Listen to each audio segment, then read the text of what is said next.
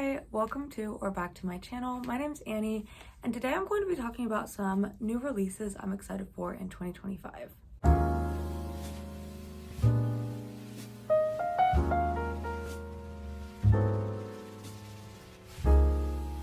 So I was preparing this video and looking at all sorts of books releasing that are coming out next year, and I ended up with a list of like 25, and I want to keep this short, so I narrowed it down to 10 based on the books I'm most interested in. And also I cut out any book releases that are happening after June. I'm trying to do just first half of the year releases only.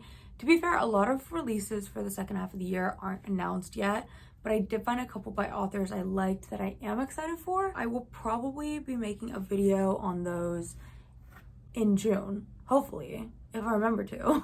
I hope I do. I do have my list now, 10 books that I'm really excited for that are coming out in 2025, so let's get into it. First up, we have Watermoon by Samantha Soto Yimbao. I haven't heard of this author before, but this book kind of feels like it's giving Studio Ghibli vibes, and I think I'm going to be into it. It comes out on January 14th, by the way. I will be going in chronological order of when they release. So this book is about a pawn shop in the back streets of Tokyo.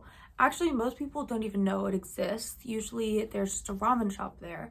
But sometimes people who are feeling lost will stumble across this pawn shop. People go inside to pawn away their deepest regrets and life choices that they wish that they hadn't made. The story follows Hana, who wakes up on her first day of owning the pawn shop to discover that it's been ransacked. The store's most precious acquisition has been stolen and her father's missing. Obviously, this is not good. She's a bit freaked out about it, but a charming stranger comes into the pawn shop, and he's not like any other customers, because instead of asking for help, he offers to help the pawn shop. So the two of them strike out on a journey through rain puddles, rides on paper cranes, the bridge between midnight and morning, and a night market in the clouds. So it sounds like it's super surreal and maybe magical realism. I think it's marketed as a cozy fantasy mystery, but to me that just sounds like Studio Ghibli, and I love it. I think it seems really cozy and nice. I think it does seem like a good winter read, actually. Maybe if you read it when it comes out in January, I think that might be like the perfect time of year to read it. But yeah, I'm just really excited about it. That comes out January 14th. Also releasing on January 14th is a new Grady Hendrix book. It's called Witchcraft for Wayward Girls, and I am really excited about it. I have only read one Grady Hendrix, which I do need to fix. I read the Southern Book Club's Guide to Slaying Vampires, and I really liked it. I actually tried to start it once before, and for some reason it wasn't really working for me. And then I gave it another shot, I think January 2024, and I ended up really loving it. I like Grady Hendrix like concepts and how atmospheric his books all look. Also, the cover of this book is so cute. I love it. So basically this book is set in the 1970s when unwed mothers are sent by their families to the Wellwood home in Florida, and they are sent there to be like hidden away while they give birth, put the children up for adoption, and then return back to their normal lives and forget anything ever happened. That's scary. That's really scary. Anyway, we focus on a girl named Fern. She's 15 and she goes to the house and she's a little bit scared. Obviously, these girls are in like a really tough situation. Being pregnant at 15 is terrifying enough, let alone your family sending you away to go give birth. Like, that's insane. But she meets the other girls at the home and starts making friends with them, even as like all the adults watching them are pretty strict and are basically always watching them. But one day, a librarian gives Fern this occult book about witchcraft, and she and the girls kind of start to feel like they have powers of their own and that they can take back control for the first time. But the Goodreads summary says, power can destroy as easily as it creates, and it's never given freely.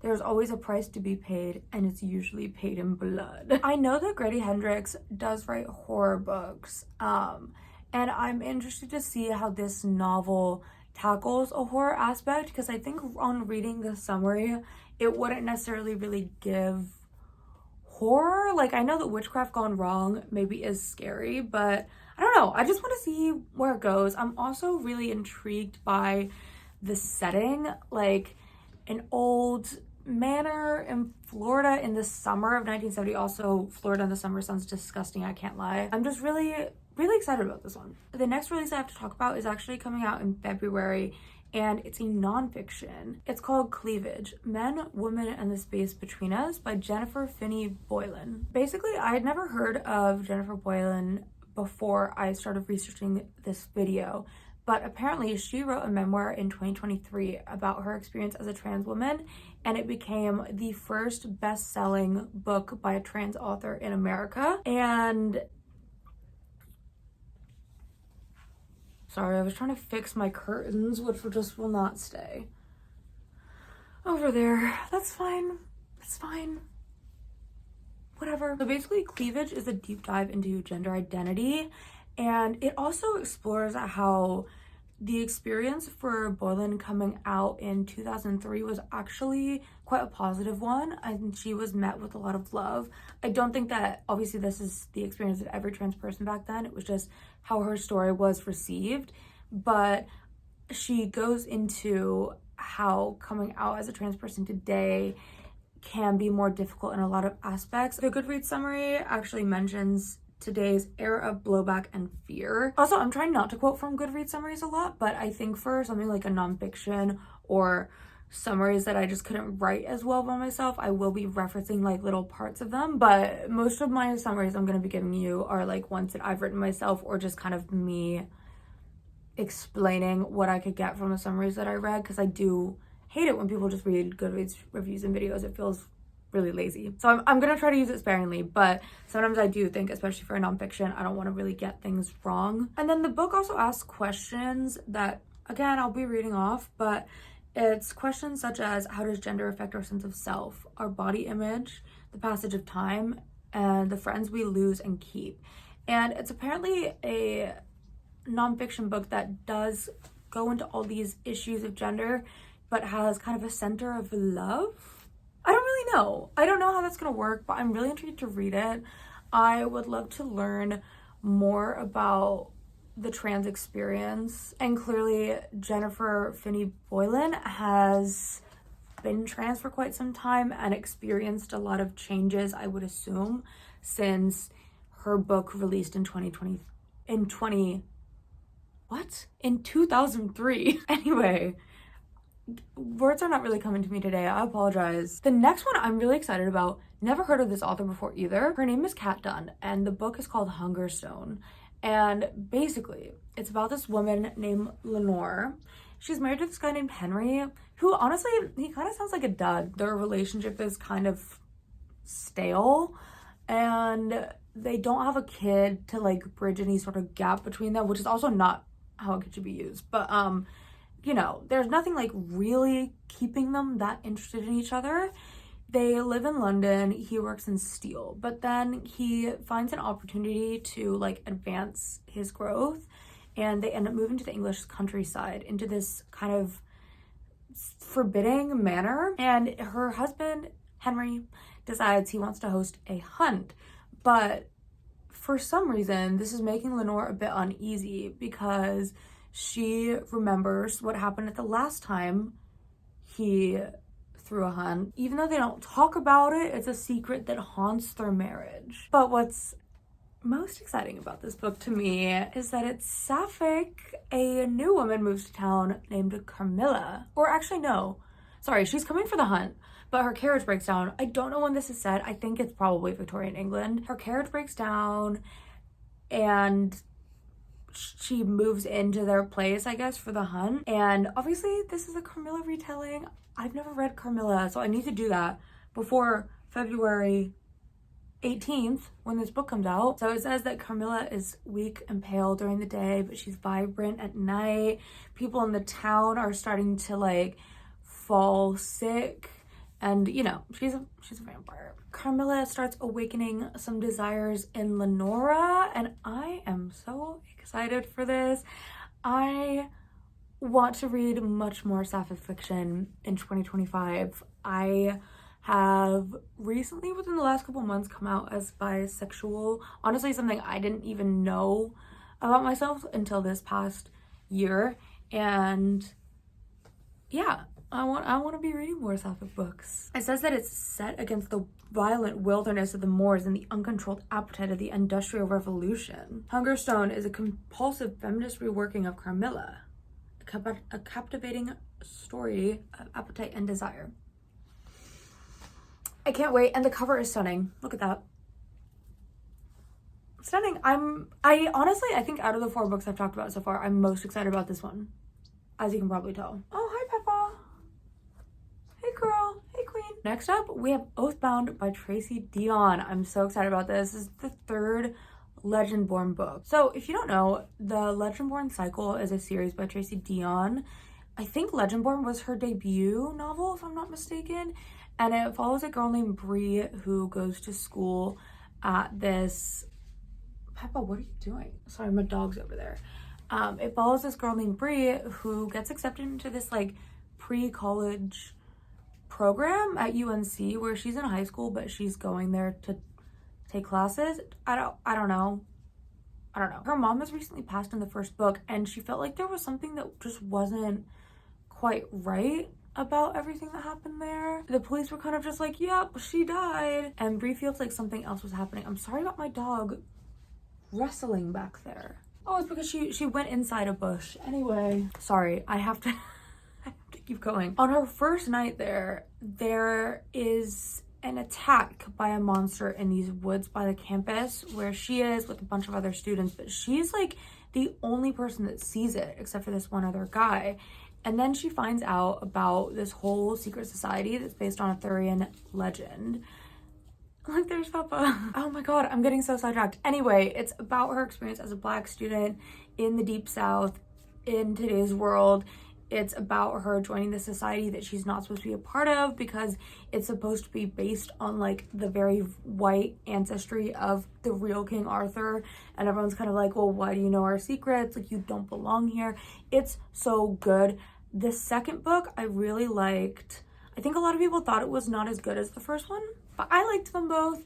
And I'm really excited to read the 3rd one. I don't want to know what it's about or what it exactly deals with. I just want to do my reread of the first 2 and read that when that comes out on March 4th. The next one is one that probably most people will be having on these lists and be very excited about. And I'm excited, but I'm also a little bit nervous. And it's Sunrise on the Reaping by Suzanne Collins. You probably know this is the author of The Hunger Games. She wrote that trilogy, which I love. Also, I have a video where I did reread them all. I think it released January this year, and it's probably one of my favorite videos I've ever made, so watch it if you haven't. I'll link it. But I'm nervous about this for a number of reasons. So obviously this story follows Haymitch, who's an important character in The Hunger Games and the time during his games. But I didn't like Ballad of Songbirds and Snakes, and I'm really worried.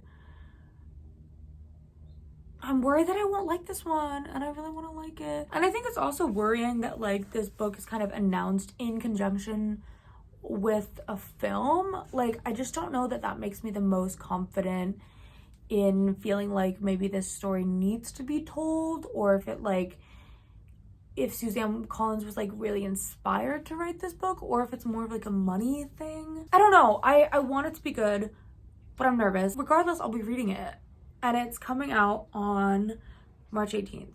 So I guess we'll see where this goes. The next book on my list comes out on March 25th, and it is called This Book Will Bury Me by Ashley Winstead. She wrote In My Dreams I Hold a Knife, which I read, but it was honestly really forgettable to me, so I hope I like this one better. I don't know much about this. I just know that it's about, I think, a woman investigating a serial killer. Yeah, wait, let's see. Look at my notes. Okay, yeah. So in the wake of the infamous Delphine massacres, we follow a grieving college student who kind of gets into online communities that hunt for serial killers. I assume that this is a fictional serial killer that's threatening her town, so she's trying to solve it. But I am so interested in novels that kind of examine true crime. This year I read True Crime Story by Joseph Knox and Penance by Eliza Clark. and they were both fictionalized true crime stories, and I just found it so interesting. I love true crime, but I'm also know that it's bad. It's shitty. Like, it's not good for the real people in the cases. Sometimes it can draw more positive attention to a case, but a lot of the time it does have negative consequences. So I'm excited to read another novel that will delve into all those things. Next up, we have Say You'll Remember Me by Abby Jimenez, which I'm excited about. I like Abby Jimenez. I read Part of Your World, Yours Truly, and the new one that came out this year.